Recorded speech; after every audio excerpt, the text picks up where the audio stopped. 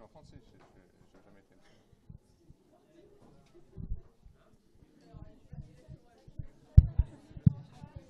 Voilà, bonjour à tous. On commence le cours sur les pleuropneumopathies qu'on va vous donner avec le professeur David Skurnik, qui est microbiologiste à Necker, et moi-même, Dominique Salmon, qui suis infectiologue à Cochin, Hôtel-Dieu.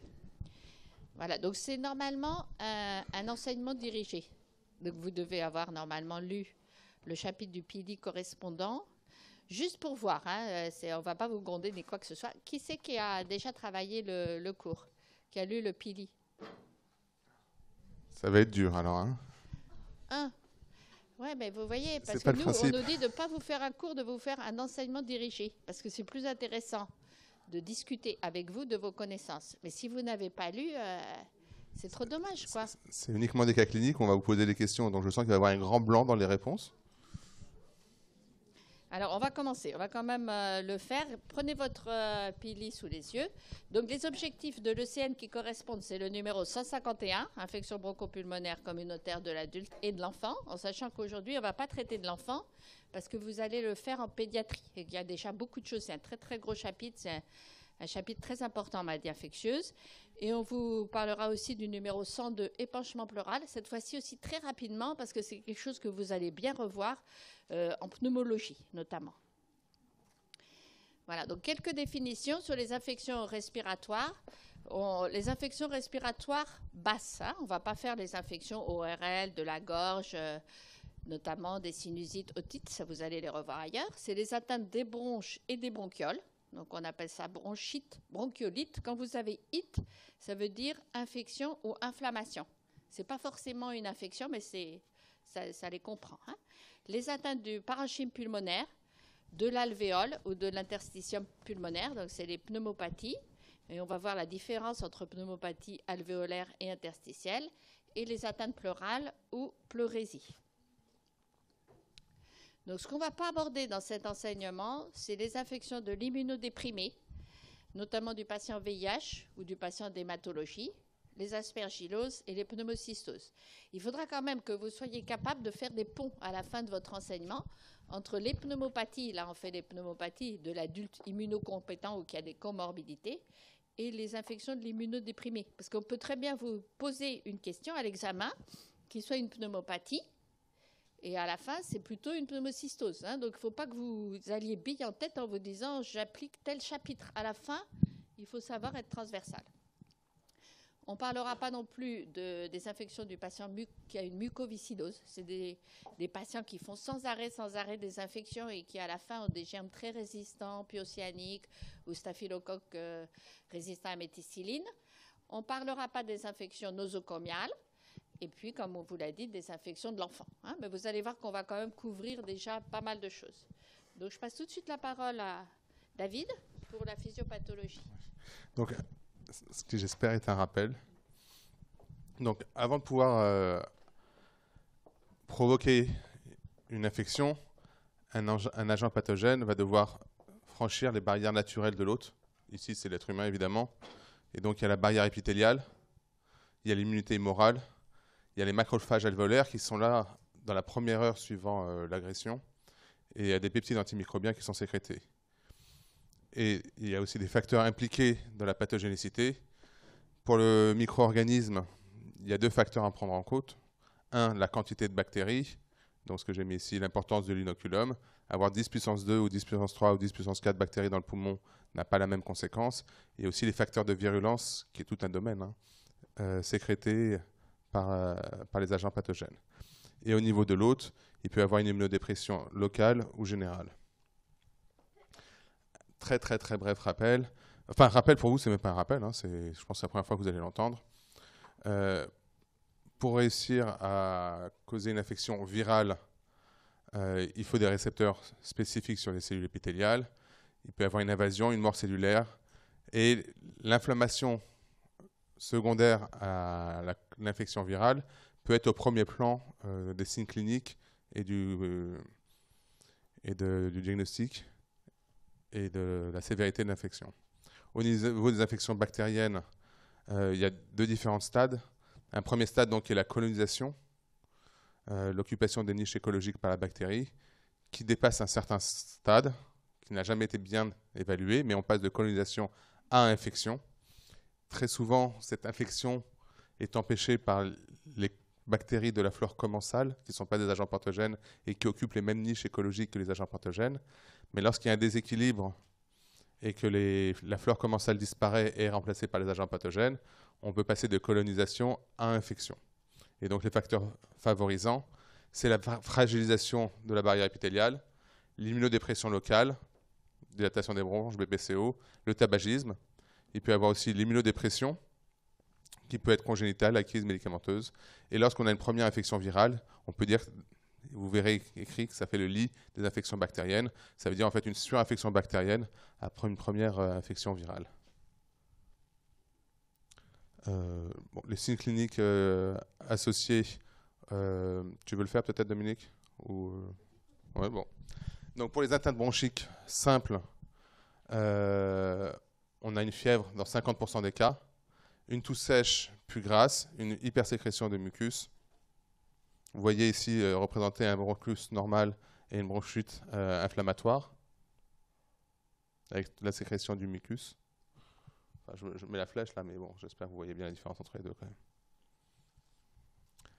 En cas d'atteinte pulmonaire, la fièvre n'est plus une chance sur deux, c'est quasiment 100% des cas. On voit apparaître des signes cliniques francs comme la dyspnée. On a une inflammation, un œdème interstitiaire qui peut évoluer vers l'œdème alvéolaire. On a une altération des échanges gazeux, ce qu'on appelle un effet Schintz. Et enfin, en cas d'atteinte pleurale, qui peut être seule ou associée à une atteinte pulmonaire, là aussi la fièvre est quasiment systématique. En plus de la dyspnée, on a une douleur thoracique. Vous vous rappelez, vous avez vu les causes de douleur thoracique? Non? Si je vous dis pied? Ouais, bon. Donc les atteintes pleurales peuvent être très très très douloureuses.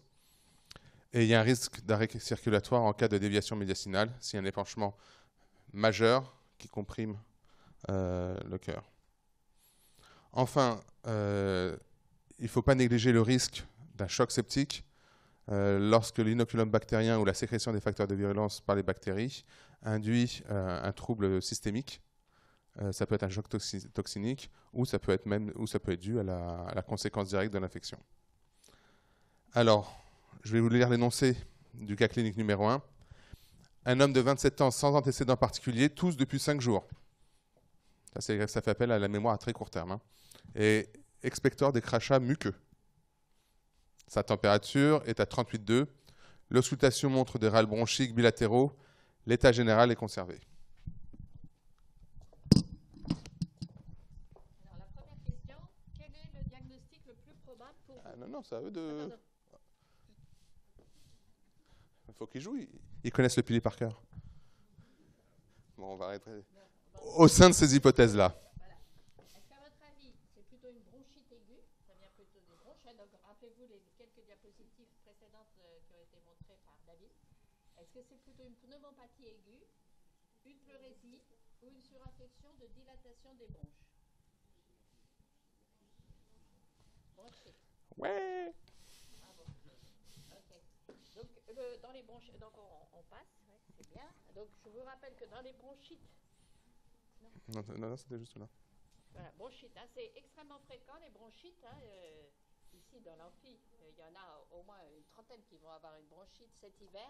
Il y a plus de 10 millions de cas en France.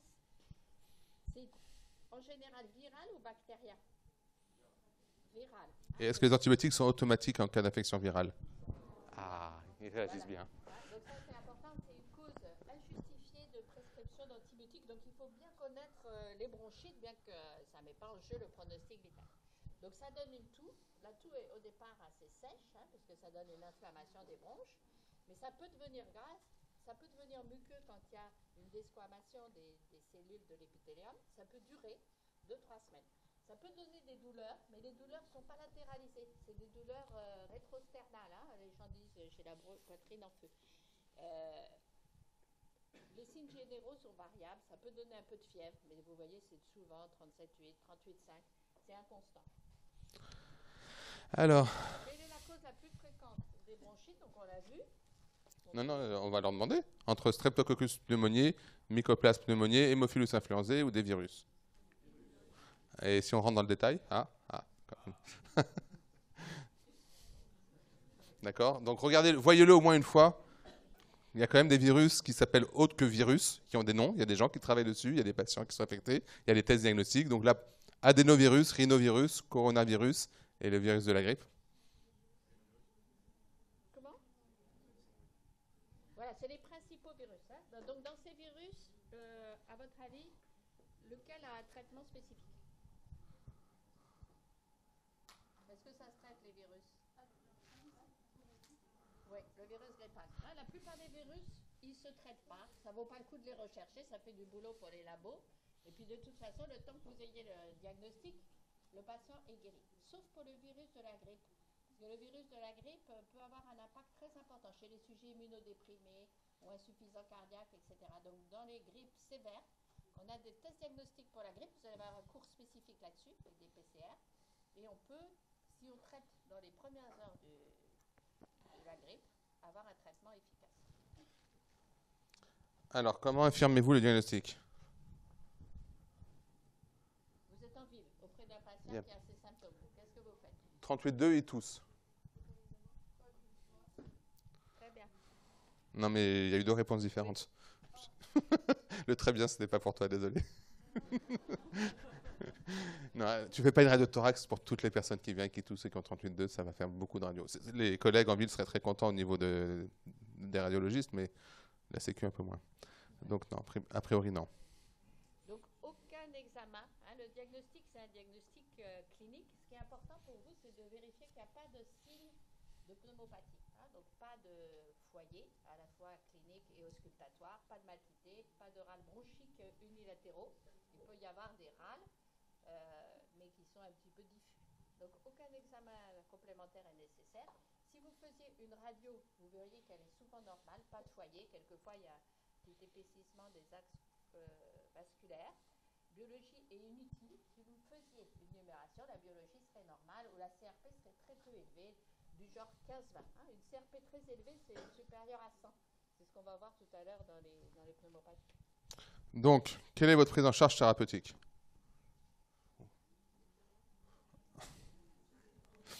Alors, non, non. Ouais, il faut quand même. Alors, amoxicilline, méthalactamine. Là, vous avez vu avec David Lebeau certains antibiotiques. Amoxicilline 3 grammes par jour, de l'érythro, de l'adoxy, du paracétamol 1 gramme x 3, la surveillance, c'est un QCM simple ou multiple, comme vous voulez. Oui. Voilà, donc les bronchites de l'adulte, elles doivent être considérées comme virales. On les traite par un traitement symptomatique, des antalgiques, des antipyrétiques, des antitussifs. Éventuellement, on sait que ce n'est pas toujours très bon de mettre des antitussifs ou des fluidifiants bronchiques. Hein. Vous pouvez donner de la carbocystéine. Pas d'antibiotiques de première intention. Vous expliquez au patient vraiment ce que c'est, ce qu'il a, et de vous recontacter si les symptômes persistent au bout de 4-5 jours. C'est vrai que quand l'épithélium est complètement nécrosé, ça peut ensuite se coloniser avec d'autres germes, hein, par exemple du pneumocoque, ou pour la grippe, c'est souvent Haemophilus influenzae. Et à ce moment-là, vous pourrez toujours retraiter. Ça peut être aussi le début d'une infection à germes à mycobactéries, à germes atypiques. Hein, donc ça, vous reverrez ça au bout de 4-5 jours. Donc ça, on peut passer. On a déjà vu. Ok, c'est clair. Donc la bronchite, on fait rien, on donne du Doliprane. Hein. En gros, c'est ça.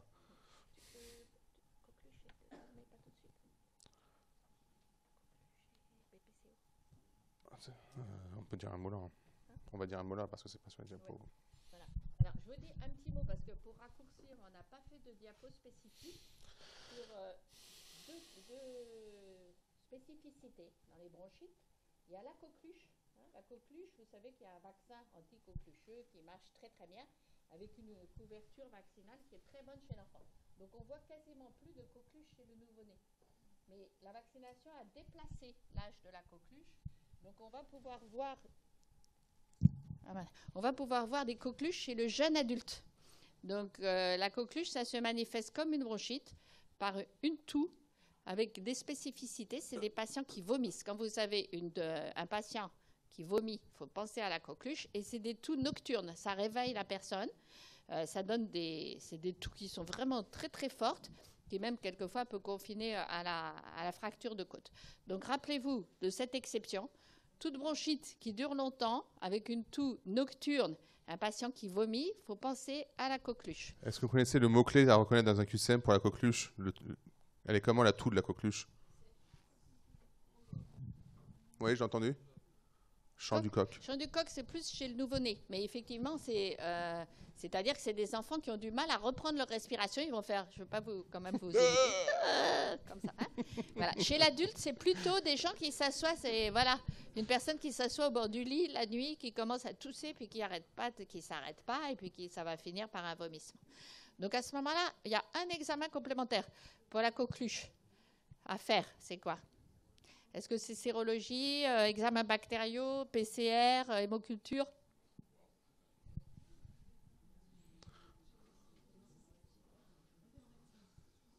Donc, David. C'est la PCR qu'on fait maintenant dans les laboratoires. Voilà. Hein, maintenant, c'est PCR coqueluche. Donc, vous demandez une PCR sur les sécrétions rhinopharyngées. Ça ne sert à rien de faire la sérologie parce que la personne étant vaccinée, elle va avoir des anticorps. Donc, faire une PCR. Et donc, on va traiter... C'est une maladie toxinique, la coqueluche. Hein, donc, cette toux, ce n'est pas dû à la bactérie. Et si vous traitez par antibiotique, ce n'est pas pour arrêter la coqueluche, mais c'est pour que la personne soit plus contagieuse. Donc, c'est une bactérie qui est sensible aux macrolides et aux cyclines. On va traiter par azithromycine. Donc, mots-clés, toux nocturne, hémétisante, chant du coq, PCR. Azithromycine. Ouais. Deuxième exception que vous reverrez cette fois-ci en pneumologie, c'est la bronchite chronique obstructive. On a des patients qui sont fumeurs et qui ont des bronchites chroniques. La bronchite chronique, c'est quand quelqu'un tousse plus de 3 mois pendant 1 an. Hein, donc, bronchite chronique. Donc, ces patients-là, quand ils vont faire une bronchite aiguë par là-dessus, on appelle ça une exacerbation de bronchite chronique obstructive. Exacerbation. Hein, et EBPCO. EBCO. Exacerbation bronchite chronique obstructive. Ces patients-là, c'est des patients qui font très souvent des infections. Donc, les germes peuvent être du pneumocoque, peuvent être de l'hémophilus, mais plus ils font d'infections, plus ça va être des germes résistants, par exemple pyocyanniques ou des entérobactéries résistantes. Ces patients peuvent aussi décompenser. Ils ont déjà une bronchite chronique, ils peuvent passer en insuffisance respiratoire. Donc, il faut dépister ces patients, vérifier s'ils ne sont pas en insuffisance respiratoire. Et on a des critères beaucoup plus larges de traitement que dans les bronchites aiguës, hein, dans les EBPCO. On va traiter si la bronchite chronique est sévère. Hein, et le traitement de première intention, c'est l'augmentin. Et puis après, au fur et à mesure, on va traiter de façon plus large. Bon, si on revient à nos cas cliniques. On n'a pas de diapo du tout sur BPCO. D'accord, c'est clair pour la bronchite chronique? Oui, d'accord.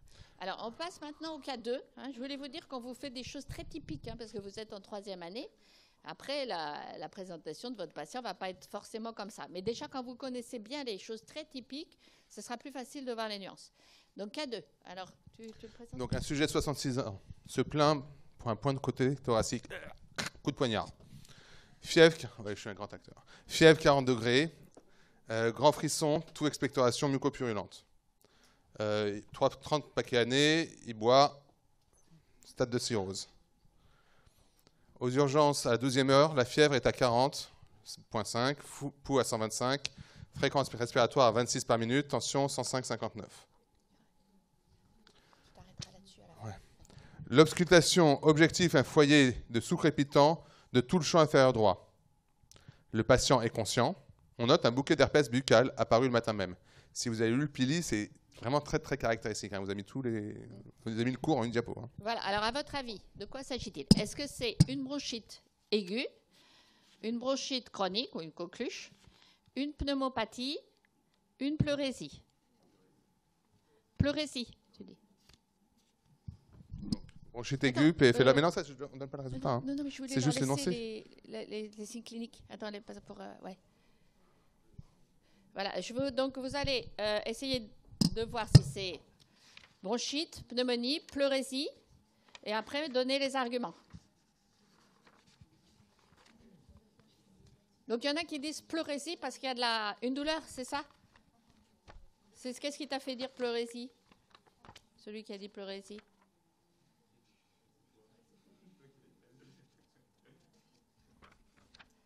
Bon, je ne sais pas. Bon, alors les autres, qu'est-ce que vous pensez? Est-ce que ça ressemble à une bronchite? Non. Bon. Une coqueluche? Non. Donc il reste pneumonie et pleurésie.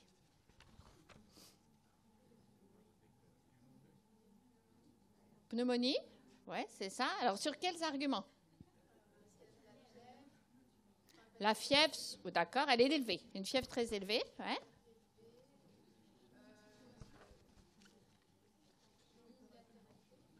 Unilatéralité, ça c'est très important. Il y a une bonne réponse là-bas aussi.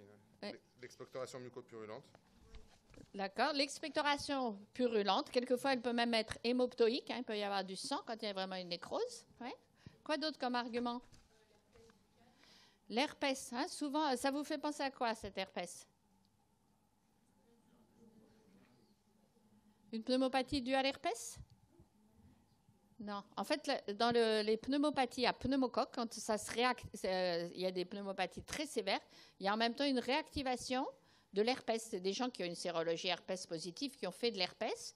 Mais le fait qu'il y ait une infection majeure, ça donne une réactivation et un petit bouquet d'herpès. Donc ça, c'est un petit signe évocateur. Il y a d'autres signes en faveur. Ouais.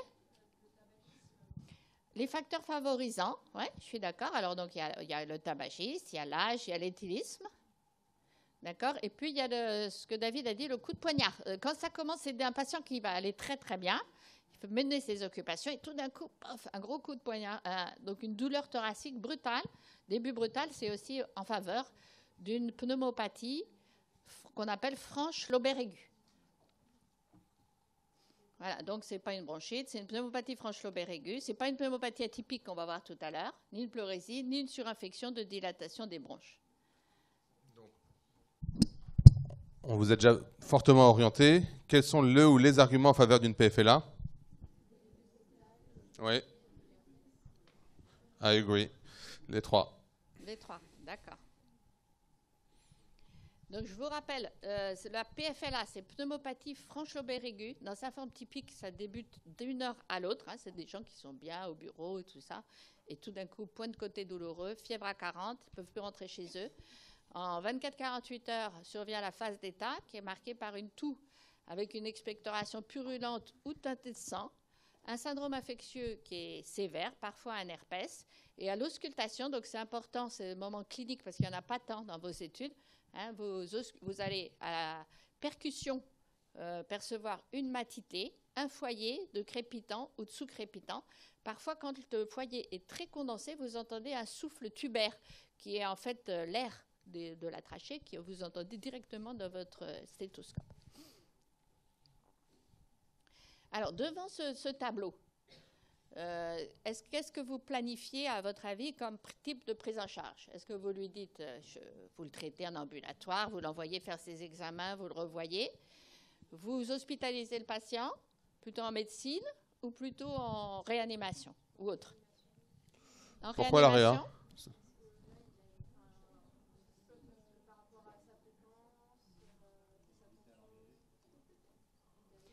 Alors, il a donc une tension à 10,5, 59. Est-ce que c'est un signe de choc? Non? C'est haut, c'est bas? C'est un peu bas, hein? Un peu bas. Le pouls à 125, c'est beaucoup? C'est quoi normal, à la normale? 80, 90, d'accord. Donc, on s'attendrait plutôt chez ce type, s'il était normal, à ce qu'il ait un pouls à 80, une tension à 14,8. Donc, c'est bon. Mais ce n'est pas un choc septique. Et la fièvre, ce n'est pas un signe de choc non plus. Donc, alors, y a pas de, si vous en proposez ce malade au réanimateur... alors, elle a raison, il faudra le modifier pour l'année prochaine. On n'a pas mis le mot « pas de signe de choc ». Oui. On n'a pas parlé de marbrure, on n'a pas parlé de l'extrémité. Par défaut, je comprends pourquoi tu dis ça, on n'a pas précisé l'absence de signe de choc. Voilà. Basé sur ça, on ne peut pas trancher entre les deux. Il n'a pas de cyanose, on va améliorer le... Et il est polypnique. Il a quand même non, basé sur ce qu'il y a là, on ne peut pas trancher entre où on le met. D'accord, donc on va améliorer le cas clinique. Bon, il n'est pas en choc quand même du point de vue tension. Oui, mais il pourrait être en cyanose. Il pourrait Donc, Ah mince, on est quoi ça ouais. Ah, j'étais un peu trop vite. Donc, comme vous avez mal lu, mais il y avait écrit pas de signe de choc. Donc, sachant qu'il n'y a pas de signe de choc, on l'hospitalise en MED. Voilà. Alors, pour savoir ce qu'on fait avec les patients, vous avez plusieurs critères à prendre en compte. Soit il y a des signes de gravité qui confinent donc soit à l'insuffisance respiratoire, soit au choc, au sepsis sévère. Soit il y a des comorbidités qui risquent de se décompenser. Soit on a une situation qui est incompatible avec le traitement à domicile. Si vous donnez un traitement à domicile à un toxicomane qui a juste de quoi s'acheter sa drogue, il ne va pas l'acheter. Si vous donnez à une grand-mère qui est au 7e étage, qui n'a pas d'ascenseur, qui ne peut pas descendre chercher son traitement à la pharmacie, elle ne va pas l'acheter. Donc tous ces patients-là, il faut les hospitaliser parce qu'ils ne peuvent pas être traités à domicile. Donc, les signes de gravité à prendre en compte, c'est la température quand elle est supérieure à 40, la fréquence respiratoire, la fréquence cardiaque supérieure à 120, l'hypotension artérielle. Donc, ce n'est pas des signes de choc, mais c'est des signes de gravité à prendre en compte pour une hospitalisation en médecine. Les facteurs de risque, c'est l'âge supérieur à 65 ans, le tabagisme et la cirrhose. Donc, tout ça, on finit par l'apprendre et puis ça devient évident quand on est en ville devant un patient d'évaluer le patient, savoir si ça va bien se passer ou pas. Mais il y a aussi beaucoup de scores qui vous permettent d'évaluer la gravité de la pneumopathie. Donc, je vous en présente juste deux, parce qu'il y en a énormément. Le premier, c'est le score CRB35. On peut passer. Voilà, donc c'est un score simplifié, vous voyez, avec 4 lettres. C, c'est pour confusion. R, c'est pour fréquence respiratoire. B, c'est pour tension. Et C, c'est pour l'âge. Donc, quand vous avez un patient qui a un de ces critères, supérieur ou égal à 1, il doit être hospitalisé. Donc là, pour notre patient, il aurait quoi? Non, il a 1. Il a l'âge à 66 ans. Vous voyez qu'il paraît grave, mais il a au moins un critère. Un critère de bon pour ce score. Il a aussi des comorbidités. Alors, suivant. Alors, le deuxième score, c'est intéressant de le connaître, ce score. Il est plus utilisé par les réanimateurs ou si vous faites des travaux, de la recherche sur les infections respiratoires. Donc, vous avez des éléments de démographie, l'âge, la vie en institution, des éléments de comorbidité, l'examen physique, la radiologie et la biologie. Donc, on ne peut pas faire ça à la maison, puisqu'il y a de la radio et la biologie. Et donc, pour chaque ligne, vous avez des points. Et en fonction du nombre de points, vous avez un risque de décès.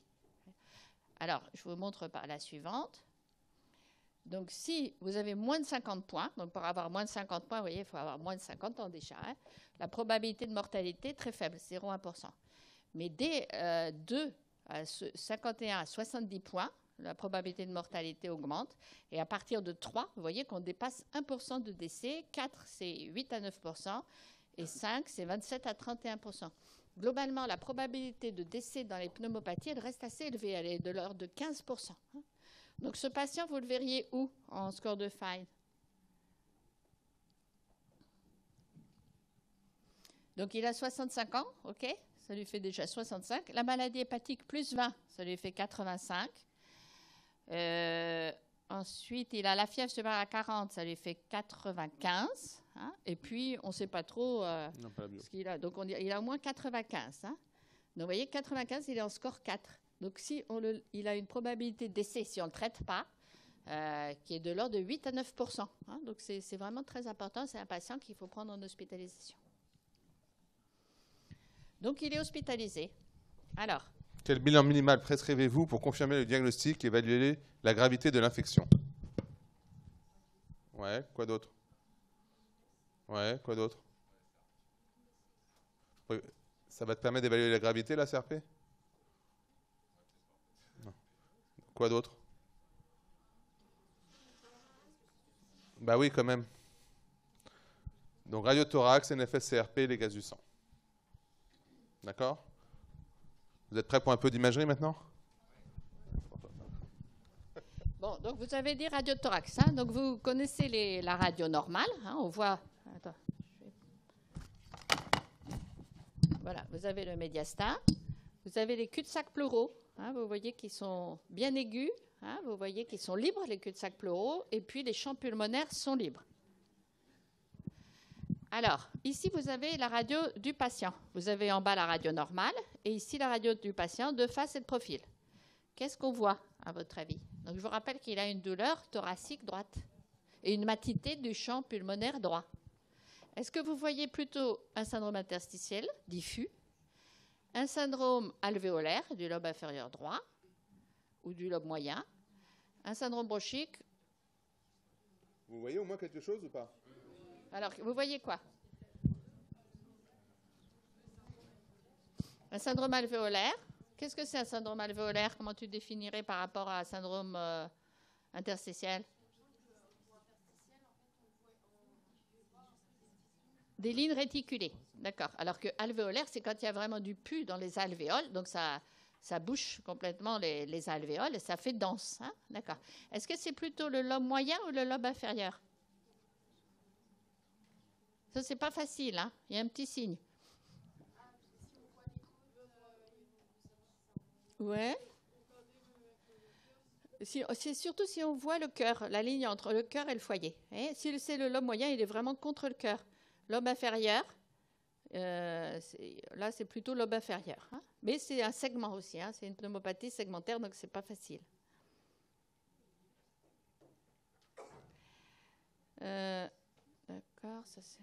Voilà, alors, si on faisait un scanner, hein, on ne fait pas de scanner systématiquement, mais on a tendance à en faire quand même plus, on verrait vraiment le syndrome alvéolaire, c'est-à-dire que ce n'est pas un syndrome bronchique, donc les bronches ne sont pas bouchées, vous arrivez à les voir, ça fait comme un petit arbre, c'est ce qu'on appelle le bronchogramme aérien. Donc ça, c'est rare qu'on voit ça sur la radio de poumon, mais ça peut se voir, mais sur le scanner, c'est assez typique. Voilà. Bon, vous voyez que ce malade, il a aussi des petites anomalies un peu réticulaires de l'autre côté, d'ailleurs. Mais il a fumé, oui. Voilà. Voilà. Une forme très sévère où on voit c'est une bronchopneumonie, là, à mon avis, hein, puisque c'est bilatéral, avec un poumon qui est complètement touché et un bronchogramme aérien. Ça correspond aux bronchopneumonies. C'est souvent des formes soit du BPCO, soit d'un patient qui a eu la grippe et puis qui s'est surinfecté après.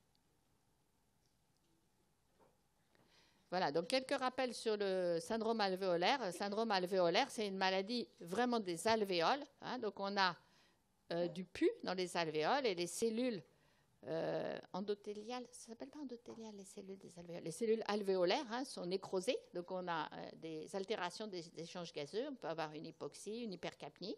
Au bout d'un moment, on a du pus dans les alvéoles, et donc ce pus est opaque à la radio, hein, mais on voit quand même les bronchioles.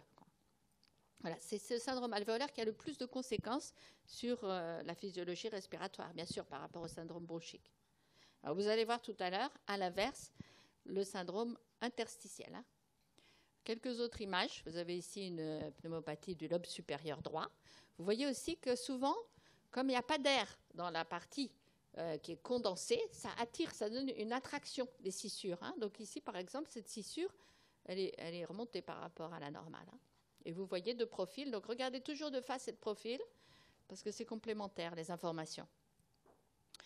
Et ici, vous voyez un syndrome alvéolaire dans lequel on voit le bronchogramme aérien. Hein, il faut avoir un petit peu l'œil, mais on voit ce bronchogramme aérien. Alors, on retourne au cas clinique. C'est toi qui fais la... Oui, parce que je veux... Vas-y. Oh, il y a ça, en fait. Donc, NFS...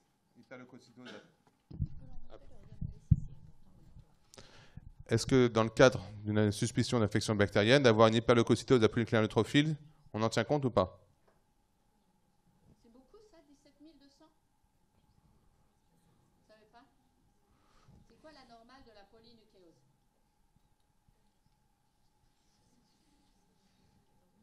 Non, pas 14 000. C'est 8 000. 8 000, 9 000. À partir de 9 500, 10 000, c'est une hyperleucocytose. Hein. Donc, quand on a une hyperleucocytose à 17 000, 20 000, c'est élevé. C'est assez caractéristique, là. On fait des beaux dossiers. Hein. L'idée, c'est que vous connaissiez un dossier caractéristique comme celui-là, pour que dans la vraie vie, si un des paramètres vous échappe, au moins vous avez les autres qui vous rattrapent le coup. Mais 17 000 blancs à polynucléaire neutrophile, c'est vraiment très, très, très évocateur d'une infection. Quand vous avez une hyperleucocytose à polynucléaire neutrophile, c'est une infection bactérienne. Hein. Si c'est 17 000 blancs Avec 90% de lymphocytes, de monocytes, Ça devient compliqué. ouais, Ça peut être tout. maladie hémato ou autre chose. Ouais. Là, on est simple. CRP 215, c'est la normale ou c'est pas la normale? C'est quoi la normale de la CRP? D'accord. Ouais. À 215, c'est beaucoup. Donc c'est plutôt viral ou on ne peut pas trancher à 100%, mais une CRP à 215, vous vous orientez vers une cause virale ou bactérienne? Ouais. Plutôt bactérienne, oui. La créate en 150, c'est normal ou pas? Vous savez ce que c'est la créatinine? La créatinémie? Donc c'est en faveur de quoi? Modéré. Ouais. C'est 90, hein, la créatinine. Donc là, 150, c'est une clearance qui doit être à 60, 50. Hein. PaO2 à 66, normal, pas normal? Non, vraiment, c'est pas normal. Bon. Si c'est inférieur à 60, le critère de gravité, c'est inférieur à 60. La PCO2 à 23, c'est hypercapnie, hypocapnie, c'est quoi? Capnie normale ou basse? Ouais, plutôt un petit peu bas. Voilà. Ouais. Et enfin, un pH à 7,48, c'est alcalose, acidose, normal. Bon. Donc, vous suspectez une pneumonie franche lombaire aiguë. Quelles sont les causes? On ne va pas faire au singulier parce qu'il y en a deux, donc vous m'en trouvez deux. Quelles sont les causes les plus probables dans ce contexte? Streptococcus pneumoniae, oui, mais je vous ai dit, j'en voulais deux. Ça peut aussi être une Legionella pneumophila, vu le contexte. Eh bien, dis donc, ça c'est bien. Vous avez déjà appris Legionella? C'est très bien. Ouais, ils ont bien répondu. Donc, quel est l'examen complémentaire le plus rapide pour faire le diagnostic dans ce contexte? Vous demandez une sérologie bactérienne, un ECBC, donc un examen cytobactériologique des crachats, une PCR sur ces crachats, vous demandez des hémocs, vous demandez des antigènes solubles urinaires. C'est le plus rapide, hein. Il y a un petit sou ça. Ah ouais. Qu'est-ce que vous demandez? Quel examen complémentaire le plus rapide qui peut vous permettre de faire un diagnostic? En 1 heure. Non, parce que le PCR, il faut cracher, il faut l'envoyer au labo, il faut faire la PCR, enfin c'est non. Plus rapide que la PCR. Sérologie bactérienne, non, parce que non.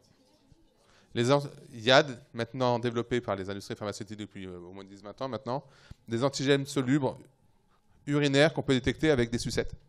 On a une photo là? Ouais. Regardez, on met le prélèvement sur ce qu'on appelle ici un Binax, c'est un test de détection rapide de Streptococcus pneumoniae. On a le contrôle positif ici, une bande. Et si vous voyez apparaître une deuxième bande, bah, vous n'êtes pas enceinte, non, vous avez la présence d'antigènes pneumocoque. Okay, là, c'est un test positif. Il peut être positif, négatif, non concluant. C'est très, très, très, très pratique. Hein. Ça, vous devez le savoir dans votre routine. Pas uniquement pour les examens, mais le fait qu'il y ait maintenant des antigènes solubles urinaires qui vous permettent en quelques minutes d'avoir le résultat, est-ce que, très probablement, hein, c'est jamais 100% en biologie, très probablement, il y a une infection causée par les Legionella pneumophila ou un pneumocoque, c'est un vrai avantage pour la prise en charge des patients. Donc si je reviens sur ces examens, il faut... Alors, vous serez peut-être amené à faire beaucoup de ces examens complémentaires au cours de la prise en charge du patient, mais là la question est claire, quel est l'examen qui est le plus rapide pour faire le diagnostic? Et c'est vraiment les antigènes solubles.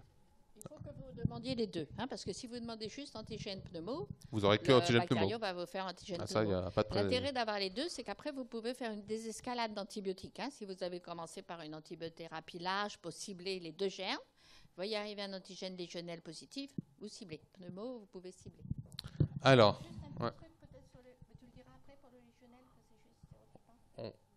il y a des slides de Légionelle, on va voir. Donc, y a-t-il d'autres examens? Là, on ouvre un petit peu plus le parapluie. Y a-t-il d'autres examens à visée étiologique à prévoir et pourquoi? Oui ou non déjà? Il n'y a pas l'option non, donc la réponse est oui. Donc voilà. Lesquels? 3 et 4? Seulement 3 et 4? L'hémoculture, ça va quand même être intéressant. S'il n'y a jamais les hémocultures finissent par pousser dans un automate. Vous avez eu un cours hémoculture ou pas à un moment donné dans vos cours? Est-ce que par exemple, c'est très intéressant de faire l'examen direct d'une hémoculture? Qu'est-ce qui se passe si on fait l'examen direct d'hémoculture? On voit des globules rouges, c'est formidable. Donc, par contre, on met l'hémoculture dans un automate qui va faire des détections magnifiques. Donc, après, une fois que ça a poussé, on a un germe, et sur le germe, qu'est-ce qu'on peut faire? Un antibiogramme. Quand je suis arrivé, je voyais les antibiogrammes sur le tableau, donc vous savez ce que c'est un antibiogramme. Donc, les hémocultures, on va être amené à le faire. L'examen cytobactériologique des crachats, même intérêt. Si les hémocultures ne sont pas le plus souvent sont négatives. Hein. Les pneumopathies avec bactériémie associée, c'est pas la majorité des pneumonies à pneumocoque, et ça n'existe quasiment pas pour les jeunes. Donc, on va devoir faire, si on veut un antibiogramme, un ECBC. J'ai entendu 3-4 personnes parler de PCR sur crachat, pas dans ce contexte. Pas dans ce contexte. Alors, est-ce qu'on va aller... Donc, hémoculture et ECBC. Maintenant, j'ai une question à vous poser qui n'est pas là-dedans, qui va faire appel à votre bon sens de clinicien, vu que vous êtes au moins en 3e année, c'est ça? Ouais, vous êtes super. Donc, il y a une antigénurie légionnelle positive, et dans l'examen cytobactériologique des crachats, il y a une flore polymicrobienne commensale, avec 10 puissance 7 de germes dans tous les sens, et 10 puissance 3 Streptococcus pneumoniae. Comment vous interprétez quel est pour vous l'agent causal le plus probable? Je répète, vous avez 2 examens positifs qui reviennent du laboratoire, un antigène soluble urinaire positif à Legionella pneumophila, et un ECBC avec une flore polymicrobienne, 5 germes différents, mais dans les germes, il y a, dans la population sous-dominante, Streptococcus pneumoniae.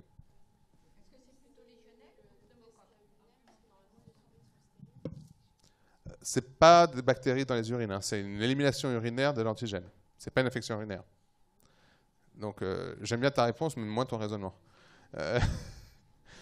On peut avoir de manière commensale Streptococcus pneumoniae, mais rappelez-vous les 2 premières slides qu'on a dit avec Dominique. Avant d'avoir une infection, il faut une colonisation qui élimine la flore habituelle, qui occupe la niche écologique, qui prend le pas, et après, il y a une infection. Si au sein d'une flore polymicrobienne, vous avez un peu d'agents qui pourraient être pathogènes, on s'en fout. Hein. On s'en fout. Vous n'en tenez pas compte. Ouais, mais juste là, ça m'arrive bien là-dessus. Alors, quelles sont les propositions vraies concernant l'examen cytobactériologique des crachats? Il doit être réalisé après rinçage buccal, il doit être réalisé lors d'un effort de toux productif, il ne doit jamais être fait car il est souvent contaminé par la salive. Ouais. Après rinçage buccal, on essaye au maximum de nettoyer un peu tout ça, et un effort de toux productif parce que même si on ne met pas un tuyau dans la bouche, et dans la gorge ou dans le poumon pour savoir ce qui se passe, on essaie quand même d'avoir des germes qui sont un peu plus bas que juste la flore ORL. Donc, les critères contributifs d'un crachat, il faut beaucoup de cellules épithéliales et pas beaucoup de leucocytes, ou le contraire? Les cellules épithéliales, ça montre que c'est de la salive. Des polycliniques trophiles, on montre qu'on était profond, qu'on est plutôt venu du poumon. Donc, on veut moins de 10 même cellules épithéliales par champ et plus de 25 leucocytes par champ. En culture, ce qu'on veut, c'est l'application que je vous ai dit il y a 5 minutes. Si possible, ça n'arrivera jamais, hein, mais si possible, une culture monomorphe, disparition totale de la flore commensale qui est remplacée par un agent pathogène. Et ce germe pathogène doit être supérieur à un seuil qui, d'après les guidelines qui ont été plus ou moins reconnus un peu partout, doivent être supérieurs à 10 puissance 7. Est-ce qu'ils auront des cours sur LBA, fibro parce que avant, moi, je faisais à ce moment-là quand même la différence entre 17, 15, 14, 16. Est-ce qu'ils le verront dans leur cursus? Oui, ils le verront en pneumo probablement. Mais... Bon, juste, même si ce n'est pas là, vu que dans 1 minute, on fait un break, 10 puissance 7, c'est le seuil de détection d'un agent pathogène pour un crachat. C'est le skate plus moche. On fait un crachat, c'est contaminé complètement par la flore ORL. On peut faire ce qu'on appelle une aspiration bronchique. C'est un petit peu mieux. Et dans ce cas-là, le seuil de détection est plutôt à 10 puissance 6. On peut faire aussi ce qu'on appelle un lavage broncho-alvéolaire. Et dans ce cas-là, on injecte du fluide dans les poumons, on ramène le fluide. Dans ce cas-là, le seuil est à 10 puissance 5. Et si on fait un prélèvement distal protégé, le seuil est à 10 puissance 3. Donc les mots-clés, c'est 10 puissance 3, 10 puissance 5, 10 puissance 6, 10 puissance 7, PDP, LBA, aspiration bronchique et ECBC. Je ne sais pas si vous le verrez à un moment donné dans vos études, mais c'est à savoir pour l'examen final, quel que soit le nom qu'il aura à la fin de vos études, et ça sera à savoir le premier jour de votre internat. Donc ce n'est pas anodin que je vous dise ça. 17 pour le CBC, 10,6 pour l'aspiration bronchique, 10,5 pour le LBA et 10,3 pour le PDP. Voilà. Et là, on ne va plus vous voir pendant 5 minutes.